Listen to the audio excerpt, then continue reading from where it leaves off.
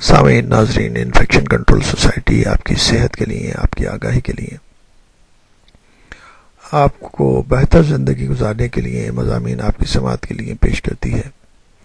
جس سے استفادہ حاصل کر کے آپ اپنی فیملی کو بہتر رکھ سکتے ہیں۔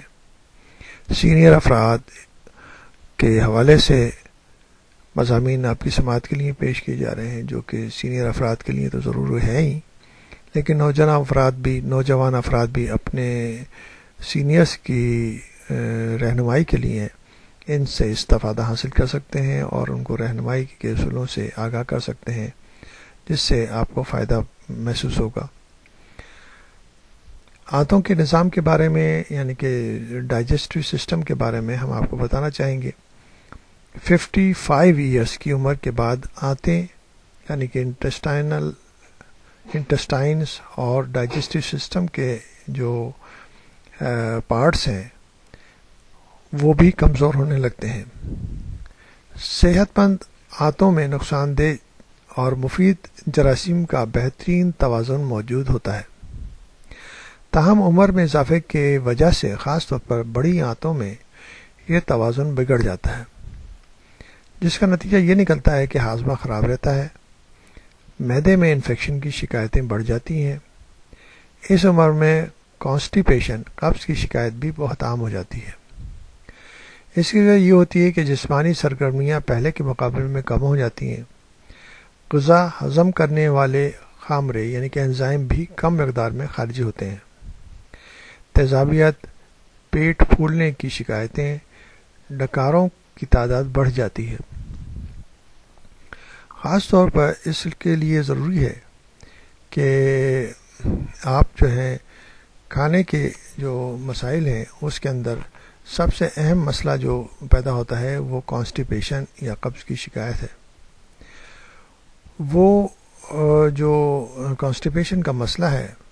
وہ مزید مسائل کو پیدا کرنے کا باعث بنتا ہے۔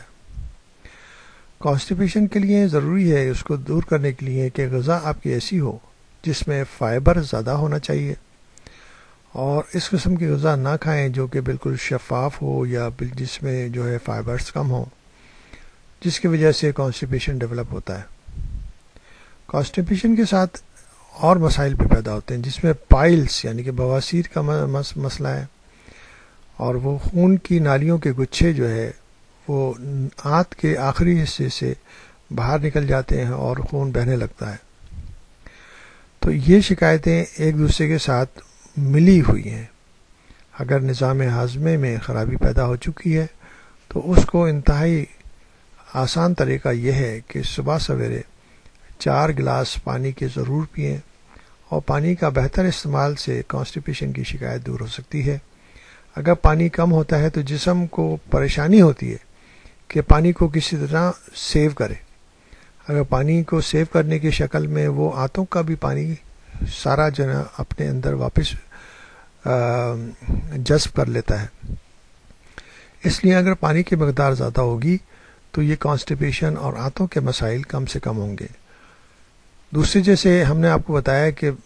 بڑھتی ہوئی عمر میں انزائمز اور اس کے سیکریشنز کی تعداد بھی کم ہو جاتی ہے۔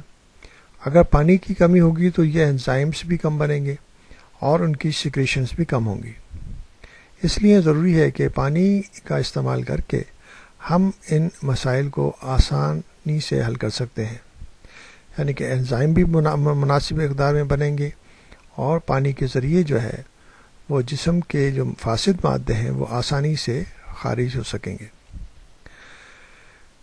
ایسی غذائیں زیادہ استعمال کریں جن میں ریشے زیادہ ہوں، جیسے سبزیاں ہیں، فروٹ ہیں، اور جو اناج ہے، جو بغیر چھلائے اناج ہے، یا دالیں ہیں جو چھلکے والی دالیں ہیں، ان کا استعمال انتہائی ضروری ہے۔ پانی اور دیگر مشروبات کی مقدار بڑھا دیں، خواہ آپ کو پیاس محسوس ہو یا نہ ہو۔ اجابت اگر کھل کر نہ ہو رہی ہو تو اسپغول باقاعدگی سے استعمال کریں،